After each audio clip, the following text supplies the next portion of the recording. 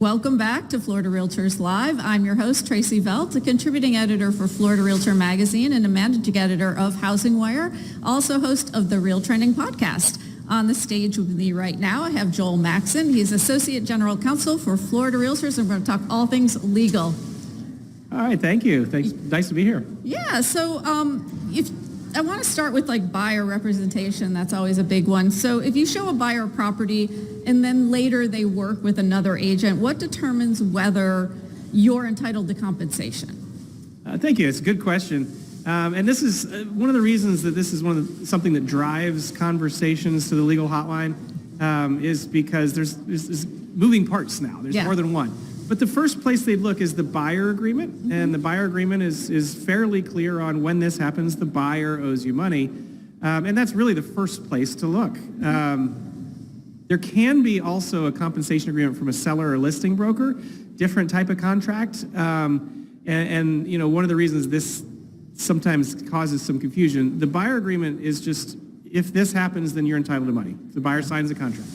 The compensation agreement adds a little bit of a wrinkle, and it says, if you're the procuring cause. So we're back a little bit in procuring cause territory for the compensation agreements. And for this question, if you got more than one buyer, I don't know. So buyer agreement first, that's more clear. The other one, it does open up procuring cause again. Okay, interesting. So if another realtor asks whether the seller is offering buyer broker compensation, you know, what's the right way to respond to stay compliant? Because that's a huge thing right now, obviously, post-settlement.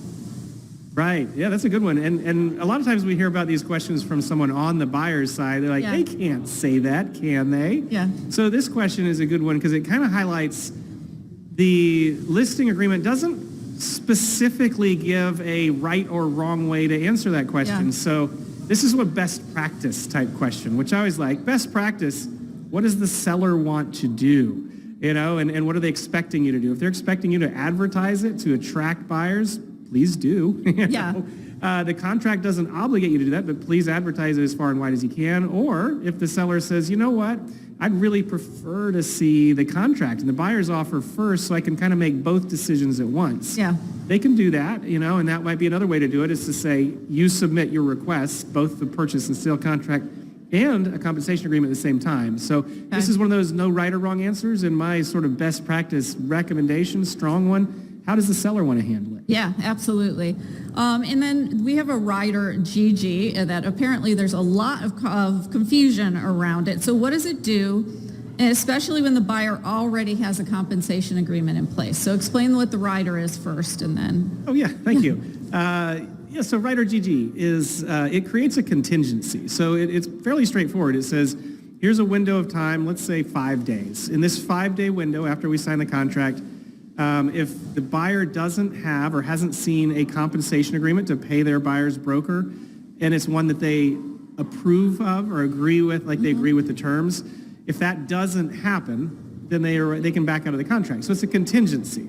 And one thing that's just been an odd trend, and I know we've been talking buyer agreements for a bit now, it's taken a while to sift through these issues, is some people are just slapping GG on everything. And your question is, well, what if they already have a compensation agreement and sign this? Yeah. I don't know. There's two ways to interpret that. Like a court could say, well, you already had the compensation agreement in place before, so there's no contingency. They already had it. Right. So nothing. It doesn't do anything.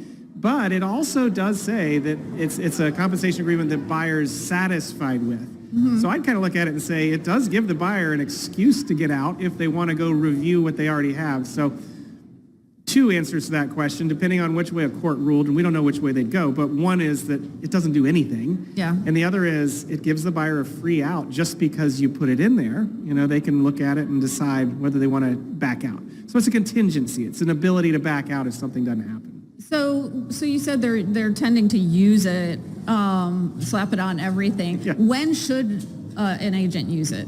Yeah, so what it's for is that contingency. So a buyer who has, let's say, a buyer broker agreement, they know that they owe their brokerage company X dollars, and they know that if they can't pay that at closing, they need to shift that burden to either a seller or a listing broker. Right. So if they want to sign a purchase and sale contract today, but that issue is still out there, GG gives them time to say, okay, I got my purchase and sale contract signed. Now we need to get a compensation agreement signed to cover some or all of what I owe.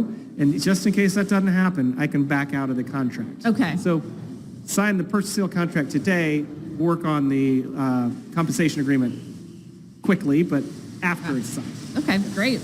And these are all common questions on the legal hotline that we're going over. So closing costs and compensation. Can a seller credit listed as a closing cost be used to pay the buyer's brokerage, or are there limits realtors need to understand? Gotcha. So this is another one. There's again, two parts to this, but if we're talking about just a general credit, it's very common for people to put a credit from seller to buyer for closing costs. Right. But this is a drafting question. Sometimes it's unclear what exactly that can be paid for. So it will very much depend on how specifically that language is worded. But the question we usually get is a common one, which is if it just says closing costs. And I would be generous essentially and say, well, what is a closing cost? Cost paid at closing. Yeah, it's probably okay, right? So my off-the-cuff short answer is, yeah, that probably counts. Whatever the closing costs are, and that could be one. There's also another part that one writer that doesn't get as much attention as I think it should is writer FF. Yes. So if they do want to use the purchase and sale contract to make that compensation agreement happen, they can. Yeah. Writer FF says this amount of money is earmarked specifically to cover buyer's broker compensation. And it's pretty straightforward. You just put it in there. So FF does that simpler and cleaner. Okay. That said, if it just says closing costs, again, my opinion, yeah, that counts. Okay. Yeah, and we will be talking about writer FF in a future live interview today. So. Oh, great. Yep. So tenant terminating early. When a tenant breaks a lease early, what can a landlord legally recover from the security deposit? Oh, it's a good question. So generally speaking, your deposit's going to cover if the tenant doesn't perform, if they don't do what they're supposed to do under the lease. So walking away early, that's one of the things they can do. And yes, you can make a landlord can make a claim on the deposit for that. And then as far as what the landlord's going after for a tenant, bigger picture is they have two options in the lease. Liquidated damages, if they put that down, it can be up to 2 months worth of rent. Well, that's what they get. Okay. That basically says if the tenant breaches your lease some way, somehow, doesn't matter how, or something goes wrong, this is exactly what you get. Liquidated damages, early termination. Right. This is the money, no matter how much you lose. The other way to do it for a landlord, if they don't choose liquidated damages, it's uncapped. And sure, you can use the deposit to cover some of, let's say, lost rent because they're walking away early. And if it goes over, you can still pursue them for the full balance of what they owe you, what harm they suffer. Okay, great. Wholesale contracts. What should realtors know about wholesalers assigning contracts, and what are the legal pitfalls of that? Yeah, so I'll start with the pitfalls, and this is just more what we hear on the hotline. We do get a fair amount of complaints about wholesaling just as a practice, where a seller signs a contract with someone who's not really a buyer. They're someone who's planning to assign their contract to a future buyer. Okay. Right? And that's kind of the setup. Yeah. It's there's a middle person. Right. Again, nothing illegal or unethical in Florida. Florida doesn't have specific laws around it, so that's good. What we hear is allegations of deceit, dishonesty, or just confusion from the person, the owner who signed it. So that's the biggest pitfall, is if there is any deceit, if there is any strong-arming, funny business, and if the contract doesn't hold together. But yeah, as far as general recommendations for someone who wants to work with a wholesaler, make sure they have a good legal background to them. Have they had a lawyer prepare a contract that works? Our forms don't cover that. So hopefully theirs do. And are they clear? Are they upright? Does everyone know exactly what's going on? If so, that's great. One last piece to put in that sometimes we've heard about recently, will your MLS allow a wholesale listing? That's going to depend on the MLS. Some do, some don't. So putting it in the MLS may be an issue. Otherwise, it's just another type of deal. And again, the biggest issue we hear with it is lack of transparency. Okay, and is that something like I'm a flipper, I buy a house and I assign it to a buyer?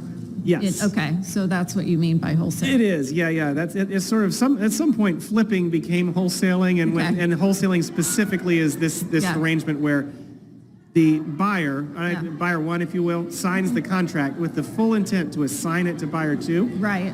And essentially that's the whole plan. Yeah. And so it is flipping using the contract, and they're marketing their interest in the contract. Okay. So Article 11 on competence. The Code of Ethics requires competence. In practical terms, what does that expectation look like for realtors in everyday business? Yeah, competence. Meet the minimum standard is the short version. It came up recently because there was a proposed rule that didn't pass at a recent NAR meeting, but there was a rule about geographic competence, which could happen. Like if you want to practice in a new area you haven't been to, if there's something you need to understand about that deal in that area that's specific to the area, you need to learn it or you get it from someone. So yeah, it's sort of a general concept. There was a specific proposed rule about geographic competence. Yeah. I guess one thing that I'd kind of point to with this is it's still a general concept. If someone is not competent at what they're doing, that's still an issue in multiple fronts, including Code of Ethics. Yeah, I would think there's a spectrum. Yeah. So, yeah. It is an invisible line. This is sort of one of those opinion style rules where is it so low that they are incompetent, right? Right. And so you got to kind of ask, where is that line drawn? Okay. On or before closing dates. So many contracts say closing will occur on or before a certain date. Does that mean one party can force an earlier closing? Yeah. No. Oh, I'm sorry. Don't take that as the answer. No. Yeah. Yeah, this is something that a trend. Sometimes we get trends that pop up in contracts, and I always assume it's follow the leader. Somebody sees it and is like, I like that. Yeah. So on or before has become kind of a common phrase. But the key point to your question is, it doesn't mean you can force an earlier closing. When it comes to what can you force someone to do, that date, you can force them to close by that date. The other one is more of a signal. We might be open to closing early than anything. So, but as far as forcing people, you can't force them with on or before. Okay. Again, general statement. Yeah. Yeah. Realtors often want to add custom language to contracts. At what point does it create legal risk for the agent? This one's not my favorite, just because it's a bit of a squishy line. So. But this is to point out really something that happens sometimes. Like once I did a legal update at a local board, and another lawyer came in right after me. And this is something that he made a very clear point. He said, it is illegal for you to write clauses into contracts. Yeah. And it wasn't my place to correct it. But I just want to say that opinion is out there. And this line is, it's one of those, like we just talked about, opinion-based questions. This is one of those opinion-based questions. So that is an opinion that you can't. I would say no, though, because there's a 1950 court case where the Supreme Court of Florida was deciding, can realtors handle contracts? Yeah. What are their boundaries here? It was Kai's versus the Miami-Dade Bar Association. Realtors versus lawyers. Yeah. And the realtors won. Okay. In that case, the Supreme Court's opinion pretty clearly says you all share this space. Realtors can prepare contracts, as can lawyers, right? Okay. So in my opinion, it's not unauthorized practice of law to write clauses. But if we go back to that last question, I would say, but at some point, if there's enough money on the line, if there's enough risk, if there's enough volatility in the room, maybe you want to get a lawyer. Yeah. Because while on or before may not allow you to force a closing before the final date, you can write a clause that does that, right? Yeah. So a lawyer can kind of pull from their library of clauses and put something that says when X event happens, then they can give you notice, and within, so you can write that clause, just requires more. Okay. So is it UPL? No, not in my opinion. You can still be liable. So to me, that's a risk question. Yeah. How much risk are you willing to tolerate? I go back to the amount of money on the table, the amount of volatility in the room, and if it gets too high, you don't have to do it. Yeah. All right, the last one, short sale riders. When a contract includes a short sale rider, how is loan approval defined, and why is that definition so important to the transaction? Got it. So short sales, I just saw something in Inman about this today, I think. Yeah. Someone forwarded it to me. So with short sales and the short sale rider, I think the key part is that loan approval definition, because It's defined specifically. What the contract defines it as is that the lender is approved not just the price, but also the contract terms, the closing statement amounts, and they're willing to release the buyer. So it's a bit of a checklist. Yeah. So in order to make that checklist work, loan approval, now we start doing the deal, need to kind of check the list. What happens in reality a lot is that maybe the lenders aren't as thorough and people kind of work their way through, and there's nothing wrong with this. Yeah. But loan approval, my point is that in the contract, it's a very specific checklist. If not everything's checked off, you don't technically have it. Can buyer and seller still work with the lender who says we're good with the number and move towards closing? They can. So what's happening in that situation is the contract says you're still in limbo. Yeah. But if you can get deals to closing, this is my loose take on short sales in general. If you can jam them through to closing, get the lender on the same page, closing agent, buyer, seller, things sometimes do a little bit of, there's a legal term called the tipsy coachman. Yeah. And what it is you can think of like a carriage and horse, and the coachman has had a few too many to drink. They can get you to the finish line. They might take a weird path and take a few lefts when they should have done rights, but you can get there. It's kind of the same idea. So this is just highlighting loan approval per the contract is kind of important, and it's the full checklist. Great. Well, thank you so much for joining us live today and answering all these questions about legal issues that you get on the legal hotline. So thanks so much. Thank you for having me.